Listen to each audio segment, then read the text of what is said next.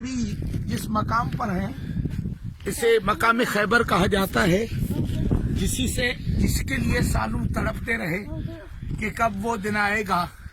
کہ ایک دن ہم بھی خیبر کو اپنی آنکھوں سے دیکھیں گے۔ سبحان اللہ۔ ابھی یہ نیچے جو آپ باغات دیکھ رہے ہیں، ذرا کیمرہ کو دوستو اس طرف پھیرائیں۔ یہ جو آپ سنتے ہیں کہ باغ یعنی فتح خیبر کے بعد جو باغات اسلام کے ملکیت میں آئے تھے آقا کریم کی، یعنی وہ یہ باغ فتح جسے کہا جاتا ہے،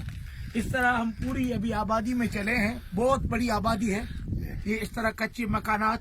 یعنی جیسے ثقافتی ورثہ کہیں وہ، اور اسی طرح وہ نیچے بہت باغات ہیں ہمارے یہاں سندھ میں پن چوندایوں اساں اس جگہ ہوتی ہے جہاں بہت پانی کھڑا ہوا ہو، جہاں ہم نے دیکھا ہے کہ یعنی وہ پن ہے بور چھا میں تھینوا پن میں وہ بور بھی سندھ میں چندوا جو اساں کھائیندہ آیوں، وہ اس مقام پر ہوتا ہے جہاں کافی عرصے سے پانی کھڑا ہو کے رہے جی۔ یہاں ماشاءاللہ پانی بھی کھڑا ہے۔ آقا کریم علیہ السلام جب یہ میں ایک بات بتاؤں ناظرین کو، اپنے احباب کو، یا شیخ عبداللہ فتوجہ الیہ یا شیخ محمد صالح، انا اتکلم بکلام اردو لان الناظرین والسامعین يسمعون كلام الاردو وسندي لا يفهمون كلام العربية، إن يفهموا كلام العربية فأنا أتكلم بالفصحى العربية۔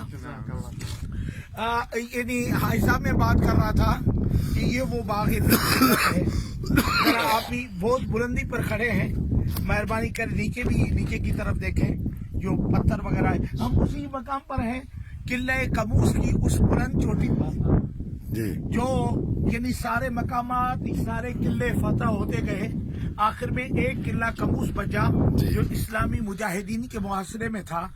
آقا کریم علیہ السلام خود نگرانی فرما رہے تھے، اور میرے آقا کریم علیہ السلام نے فرمایا،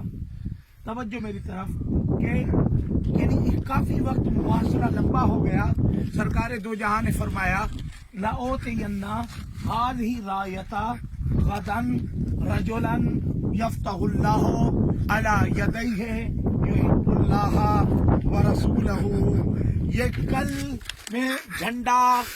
اسی کے ہاتھ میں دوں گا، اس شخص کے ہاتھ میں دوں گا جس شخص کے وسیلے سے اللہ تبارک و تعالی قلعہ قموس کو فتح خیبر دلائے گا۔ اللہ تعالیٰ اس سے محبت کرتا ہے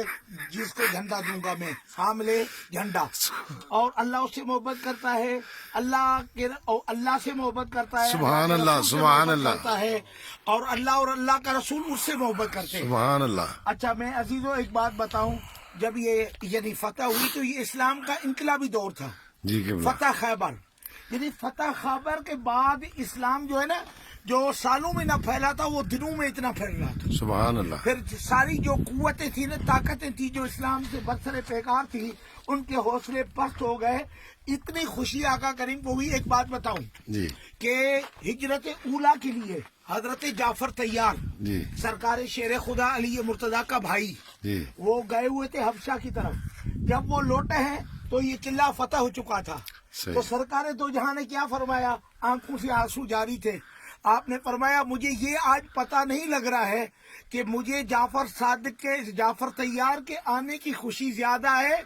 یا خیبر کے فتح کی خوشی زیادہ ہے۔ سبحان اللہ۔ یعنی سرکار نے فرمایا یہ دونوں چیزوں کا میں امتیاز نہیں کر پا رہا ہوں کہ مجھے جعفر کے آنے کی خوشی زیادہ لگ رہی ہے، یعنی دونوں خوش ہیں، یہ اتنی بڑی خوشی تھی۔ آج ہم اس مقام پر ہیں، یہ آپ تو تھوڑے باغات دیکھ رہے ہیں کیونکہ اب میں یہ چاروں طرف سے قلعہ ہے، ہم قلعے کے ایک کونے میں بیٹھے ہوئے ہیں،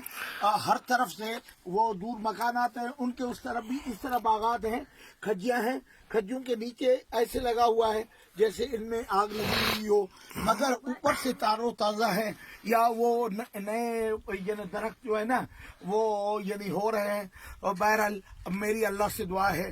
اللہ کے حبیب کے طفیل جہاں آقا کریم کے قدم لگے، یہاں یہ یعنی شاید اللہ بہتر جانتا ہے، ہم قلعے پر ہیں، کہ